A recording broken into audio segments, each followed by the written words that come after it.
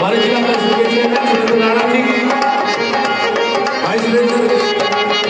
President साहब,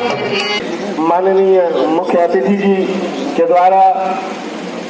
जो अत्यंत स्नेहशील हैं, एक प्रेमचंद जी की एक कॉपी हमें मिली।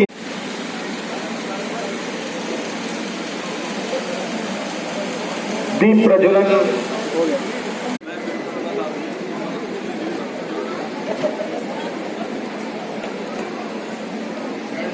माध्यम से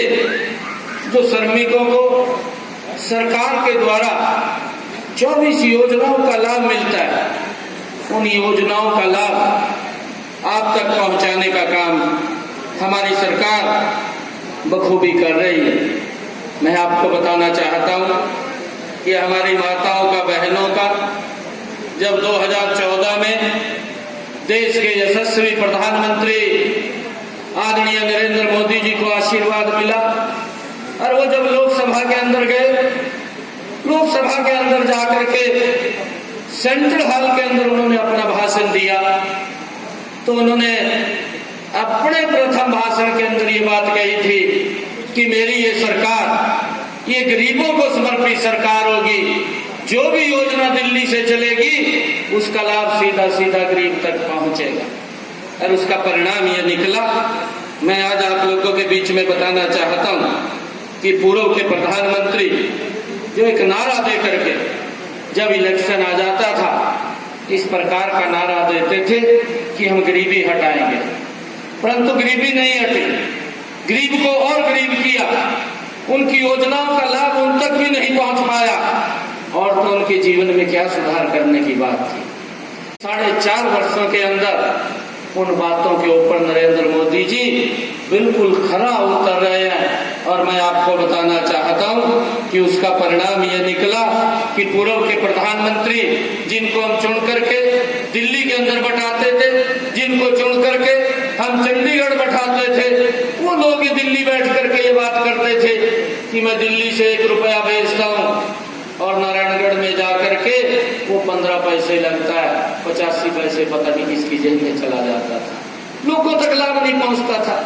इस प्रकार का सिस्टम था। परंतु आज इन 4.5 वर्षों के अंदर नरेंद्र मोदी जी दिल्ली की गद्दी के ऊपर बैठे। आज नरेंद्र मोदी जी नहीं बोलता, आज इस देश की मीडिया बोलती है और ये बात कहती है कि नरेंद्र मोदी जी दिल्ली से 1 रुपया भेजते हैं और मेरे नारायणगढ़ के अंदर आकर के 1 रुपया लगता है, उसका लाभ सीधा सीधा हर व्यक्ति को मिलता है। ये शासन तंत्र का, परंतु उसके अंदर गरीब की चिंता नहीं, गरीब को और गरीब करने का वो सिस्टम था। उन्होंने तो ऐसी खाई, पिछले जो 70 वर्ष का शासन रहा, उस 70 वर्ष के शासन में वो खाई खोद दी कि गरीब को हटा दो, गरीबी अपने आप खत्म हो जाएगी। गरीब के लिए योजना नहीं बनी। और आज मैं बताना चाहूंगा, एक एक योजना आप लोगों को बताना चाहूंगा, आप उसके अंदर विचार करना, घर पर जाकर के सोचना कि गरीब व्यक्ति को समाज की मुख्य धारा में कैसे जोड़ा जाना है,